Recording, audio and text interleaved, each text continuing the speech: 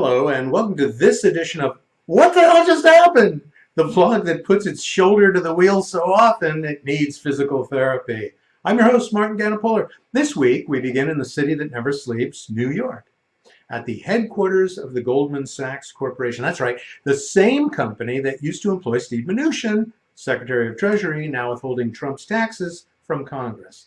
Yeah, the same company that made obscene profits from the subprime mortgage debacle of 2007, then reaped billions in bailout money after our economy imploded.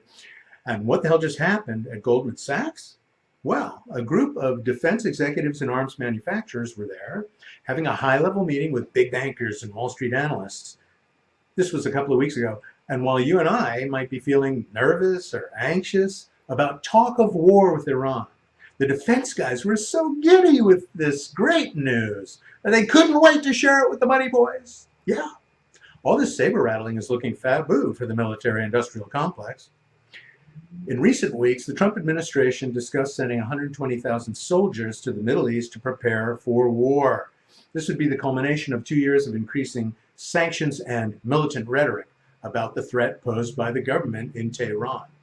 And just the other day, at D-Day commemorations, the president bragged about how he had given the military billions of dollars to spend as a way of atoning for dodging the draft during the Vietnam War.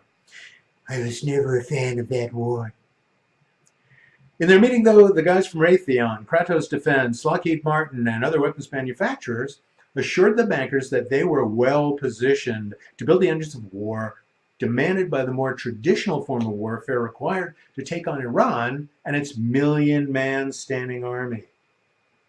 So even though the streets of Tehran might soon be flooded with red, Wall Street saw nothing but green.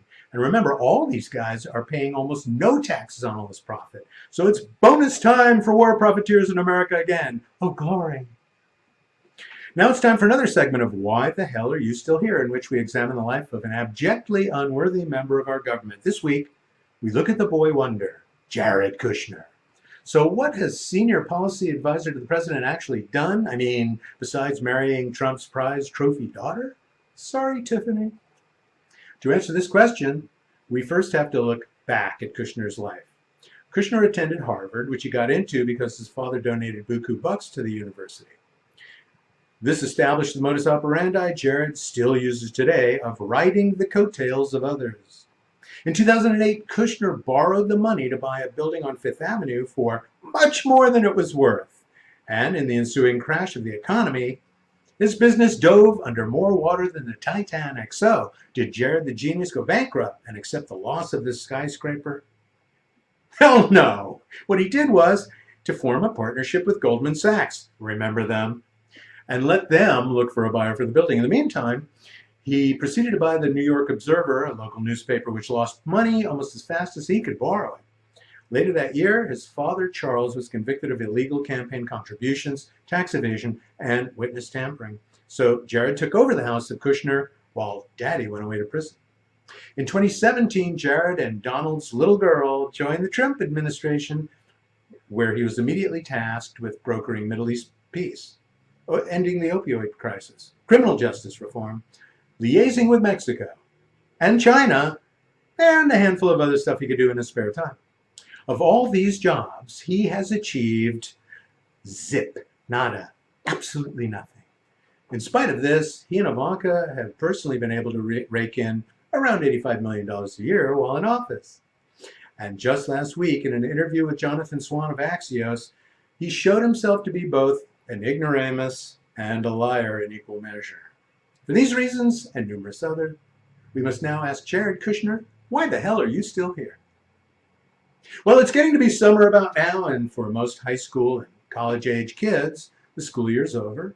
For those of you who are parents to these kinds of kids, you've probably had first-hand experience with the summer job discussion. It goes something like, so, son, what'd you have in mind this summer? It's usually met with silence, vacant stare, shrugged shoulders.